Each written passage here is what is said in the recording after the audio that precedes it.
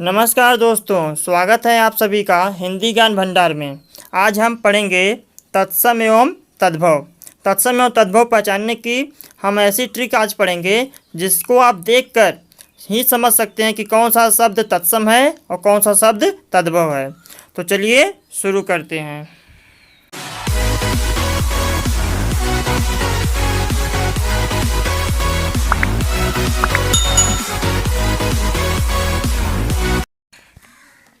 तत्सम एवं तद्भव। तत्सम तत् धन सम से मिलकर बना है, जिसका अर्थ है उसके समान।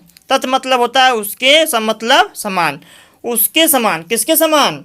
उससे मतलब संस्कृत के समान। आप सभी को पता है कि हमारी हिंदी भाषा संस्कृत से उत्पन्न हुई है। संस्कृत का परिवर्तित रूप ही हिंदी है। जो शब्द संस्कृत भाषा से हिंदी में आए हैं और ज्यों के त्यों प्रयुक्त होते हैं, तत्सम शब्द कहलाते हैं। जैसे अग्नि, वर्षा, कृष्ण आदि, ऐसे बहुत शब्द हैं। और तद्भव किसे कहते हैं? तद्भव तद धन भव से मिलकर बना है, जिसका अर्थ है उससे उत्पन्न। जैसे शब्द संस्कृत से तो आए हैं, लेकिन हम ज्यों के त्यों उसको न बोल के उसमें कुछ परिवर्तन हो गया है, मतलब उससे उत्पन्न हुए हैं, अर्थात उसमें कुछ विकसित हो गया है, उससे कोई परिवर्तन हो गया है। वे शब्द जो संस्कृत से उत्पन्न हुए हैं तद्भव शब्द कहलाते हैं। जैसे अग्नि तो आया है संस्कृत से, लेकिन हम उसको अग्नि को अग्नि न कह के आग कह दिए, तो क्या हो गया? ये तद्भव हो गया।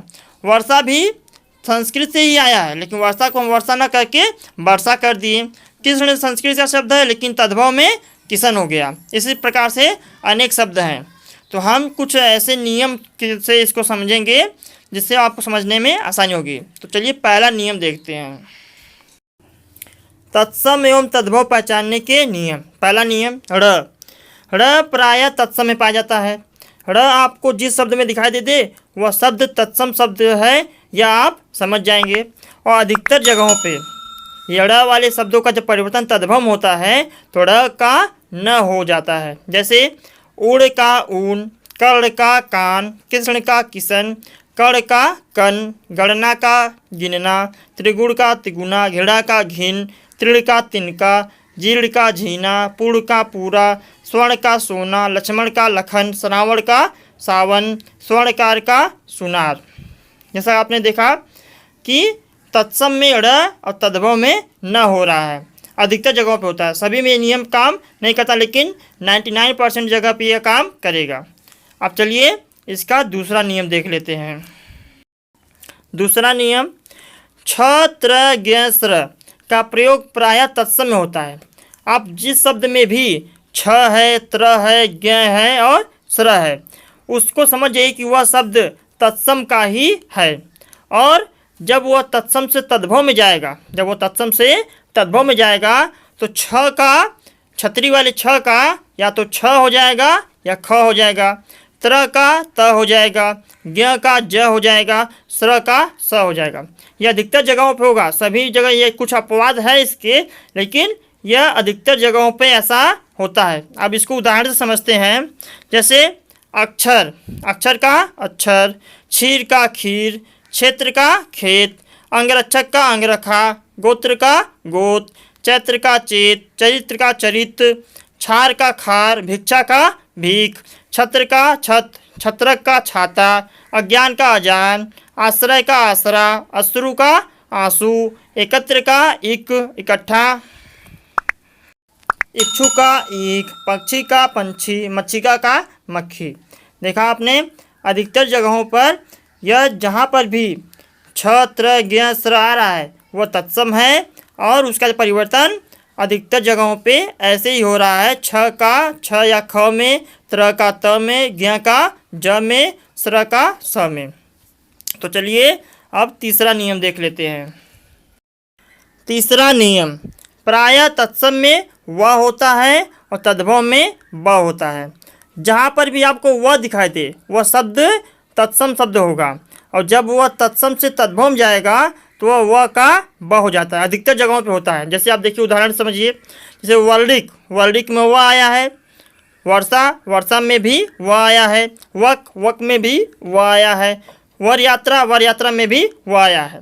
अब इसका जब हम तद्भव बनाएंगे, जैसे वर्णिक का बनिया, वर्षा का बरसात, वक का बगुला, वर यात्रा का बारात, विवाह का ब्याह, वानर का बंदर, विद्युत का बिजली, वत्स का बच्चा, वधु का बहू, वर का वर। अब देखिए, अर्थात जहाँ पर भी व रहेगा वह तत्सम शब्द हो जाएगा और जहाँ पर भी ब रहेगा वह तद्भव शब्द हो जाएगा। तो चलिए आप चौथा नियम देख लेते हैं। नियम 4, शंकर वाला स, बड़ा स, जहाँ पर भी बड़ा स आपको दिखाई दे, जिस शब्द में बड़ा स दिखाई दे वह शब्द तत्सम शब्द होगा और तद्भव में हमेशा छोटा स दिखाई देगा। या जब तत्सम से तद्भव में जाएगा तो बड़ा स छोटा स में परिवर्तित हो जाता है। अब चलिए कुछ उदाहरण से समझते हैं। जैसे श्यामल, श्यामल का हो जाएगा सांवला, सकू का हो जाएगा सुआ, सुंड का हो जाएगा सुंड, स्वसुर का हो जाएगा ससुर, दर्शन का दर्शन, आदर्श का आरसी, श्वेत का सफ़ेद, आशीष का आशीष। अब जहाँ जहाँ पर भी बड़ा सा है वो शब्द क्या है? तत्सम शब्द है और जहाँ जहाँ छोटा सा है वो शब्द क्या है? तद्भव शब्द है। तो चलिए अब अगला नियम देख लेते हैं।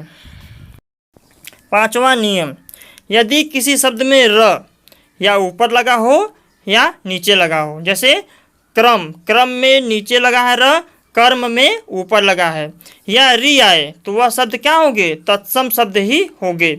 यह नियम से 99% शब्दों में काम आता है। जैसे आम्र, आम्र का हो जाएगा आम, अदरक का अदरक, अमृत का अमी, अनार का अनाड़ी, आम्रचूर्ण का अमचूर, कार्य का काज, कृषक का किसान, धर्म का धर्म, नृत्य का नाच, घृत का घी, वज्रांग का बजरंग, सूर्य का सूरज, श्रृंग का सिंह, खरजूर का खजूर, छिद्र का छेद, कर्म का कर्म या काम। अब देखिए, जहाँ जहाँ भी र लगा हुआ है, जहाँ जहाँ भी र लगा हुआ है या री आया है वह शब्द क्या है? तत्सम शब्द है। तो ऐसे हम देखकर समझ सकते हैं कि जहाँ पर र लगा हो, ऊपर लगा हो या नीचे लगा हो या री आए वह शब्द तत्सम शब्द ही होगा। अब चलिए इसका अगला नियम देख लेते हैं। 6वां नियम, 6वां नियम ऐसे देखिए, जैसे आपको जिस शब्द के ऊपर चंद्रबिंदु लगा दिखाई दे दे, जिस शब्द के ऊपर चंद्रबिंदु दिखाई दे दे वह शब्द तद्भव के ही शब्द हैं। जैसे गोधूम का गेहूँ, मुख का मुँह, श्रमशुरु का मूछ, ग्राम का गांव, ताम्र का तांबा, चंद्र का चांद, कूप का कुआं, चंद्रिका का चांदनी।